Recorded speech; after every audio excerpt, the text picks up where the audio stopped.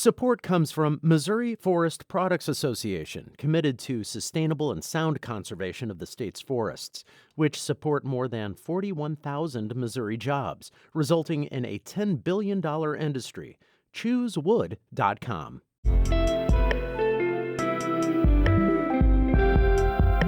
From the St. Louis Public Radio Newsroom, this is The Gateway. It's Wednesday, May 1st. I'm Abby Larico. Since 1952, Schwan's has gone door-to-door delivering frozen food. Its yellow trucks, ice cream treats, and customer service won the company a dedicated customer base. But recently, Schwan's changed its name and stopped deliveries in most states. It's really kind of ironic because they were kind of like the first grocery delivery, and now everybody else has kind of caught up to them. We'll explore the company's place in the food industry and recent changes coming up on The Gateway. Board of Aldermen President Megan Green and Alderwoman Alicia Saunier say police should stand down at tonight's pro-Palestinian protest at St. Louis University. St. Louis Public Radio's Will Bauer reports the alderwomen want the protest to look similar to Occupy SLU about 10 years ago.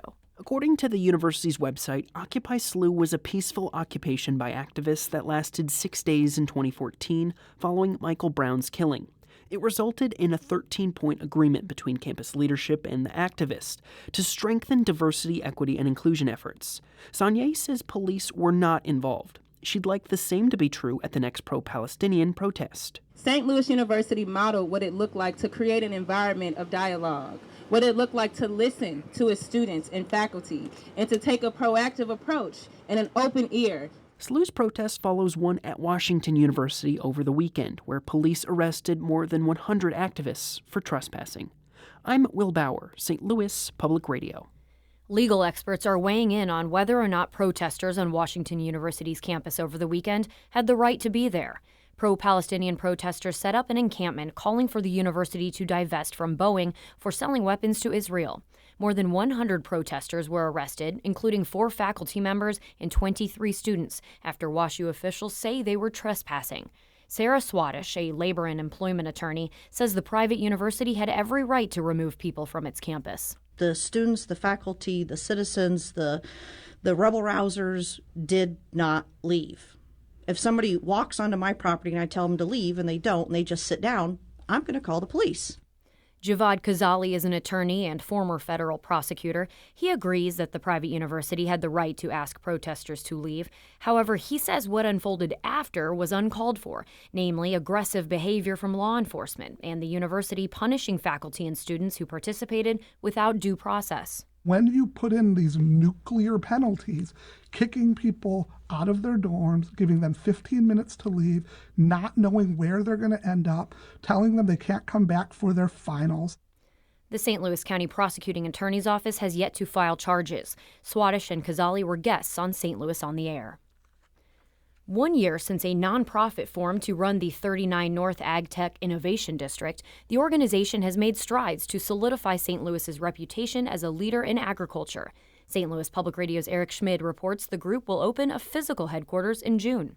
It's one of the first things 39 North Executive Director Emily Lozabush was aware of last April. There wasn't a physical front door or meeting place in this district that plant scientists and company founders and people from all walks of life in the ag tech world could come together. Lozabush says they're moving into about 10,000 square feet of unused space next to Benson Hill's headquarters on North Warson Road. She says the physical space can be a co-working location and host public events or meetings between companies and investors or scientists. Lozabush says it's vital because any ag tech innovation has to be able to fit into the broader agricultural industry. I'm Eric Schmid, St. Louis Public Radio. Environmental advocacy groups lobbied Illinois lawmakers yesterday at the first ever Conservation Day at the State House. Organizations like the Illinois Environmental Council are watching several pieces of legislation. One bill would create the Prairie Lawns Program to protect pollinator habitats. Among other things, the measure would require the Illinois Department of Natural Resources to assist people with planting pollinator-friendly native plants in their yards. Democratic Senator Laura Fine is a bill sponsor. It's very important that we do everything we can to protect our environment. And pollinators are an integral part of our ecosystem. And so we need to be responsible and make sure that these pollinators can thrive. The bill passed the Illinois House and is now in the Senate.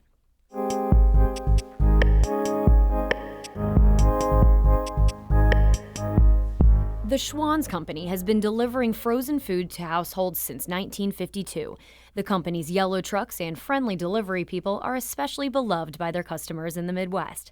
But Schwan's Home Delivery has since changed its name to Yellow and cut staff and delivery centers. Harvest Public Media's Elizabeth Rembert explores the company's legacy and future. Since 1965, Mary Bartles has been looking forward to her Schwan's deliveries. She remembers her 9 kids excited to see the delivery man drive his yellow truck down the driveway. They would get on the truck and climb all over it, and they'd all come in with an ice cream bar or something, and now I realize he was giving those to those kids out of his pocket, because I wasn't paying for them. One of those kids actually happens to be my stepdad, which is how I know that nearly 60 years later, Mary is still ordering ice cream, frozen food, and meals from Schwan's. And on this Thursday morning in Vermilion, South Dakota, it's time for another delivery. That's the manager now.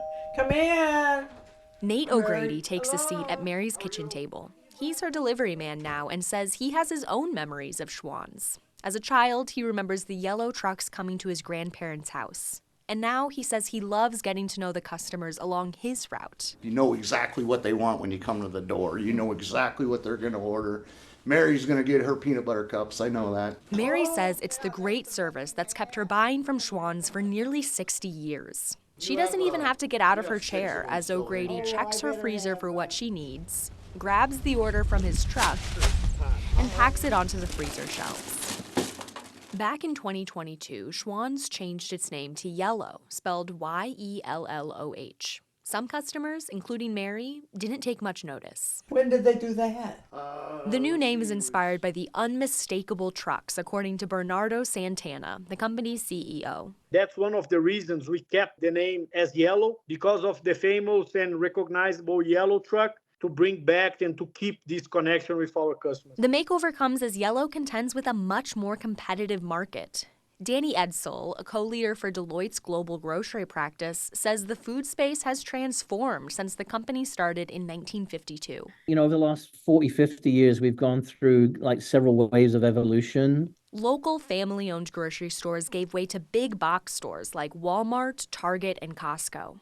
And now it seems every company, dollar stores, gas stations, delivery apps on your phone, are fighting for your grocery dollars. We're right in the heat of that battle. I think it's yet to be decided who wins. Edsel says the companies who put their customers at the heart of their operations will probably come out on top.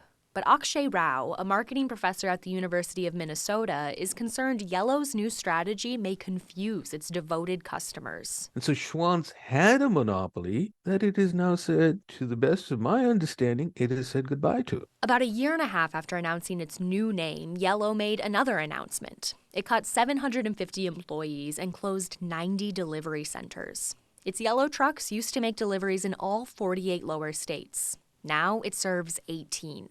Customers elsewhere can get orders via UPS. Rao suspects Yellow's new brand and the cuts are part of an overall strategy to modernize its delivery service. The whole rebranding, cost-cutting through the reduction in their workforce and so forth is part of a strategic shift, which is emphasizing costs rather than customers. Yellow CEO Santana says customers are still the priority, even as they become more efficient. Plus, he says, some customers prefer a quick drop-off rather than small talk with a driver. But for Deb Kuwamoto, whose Lincoln, Nebraska address means she won't receive deliveries anymore, it's a loss. Ordering from Schwan's and seeing the yellow trucks felt like stepping back into her childhood. It's really kind of ironic because here Schwan's, they were kind of like the first grocery delivery. And now everybody else has kind of caught up to them. I think it's the end of an era because I do miss the drivers. I really do. She says she'll go to the grocery store instead of ordering via UPS, even if the store's ice cream isn't as good as Yellow's. For Harvest Public Media, I'm Elizabeth Rembert. Harvest Public Media is a collaboration of public media newsrooms in the Midwest and Great Plains, including St. Louis Public Radio.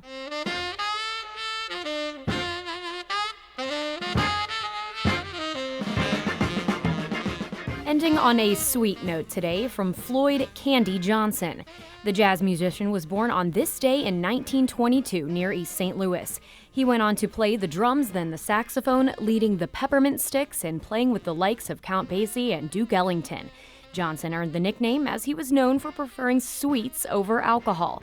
This is Candy's Mood by Candy Johnson and Milt Buckner Trio. The Gateway is a production of St. Louis Public Radio, a listener-supported service of the University of Missouri-St. Louis. Theme music by Ryan McNeely of Adult Fur. I'm Abby Larico, and from the St. Louis Public Radio newsroom, this has been The Gateway. Have a great day. Support comes from the Missouri Forest Products Association, committed to conservation and careful management of the state's forests to make them more resilient and better habitats for wildlife. ChooseWood.com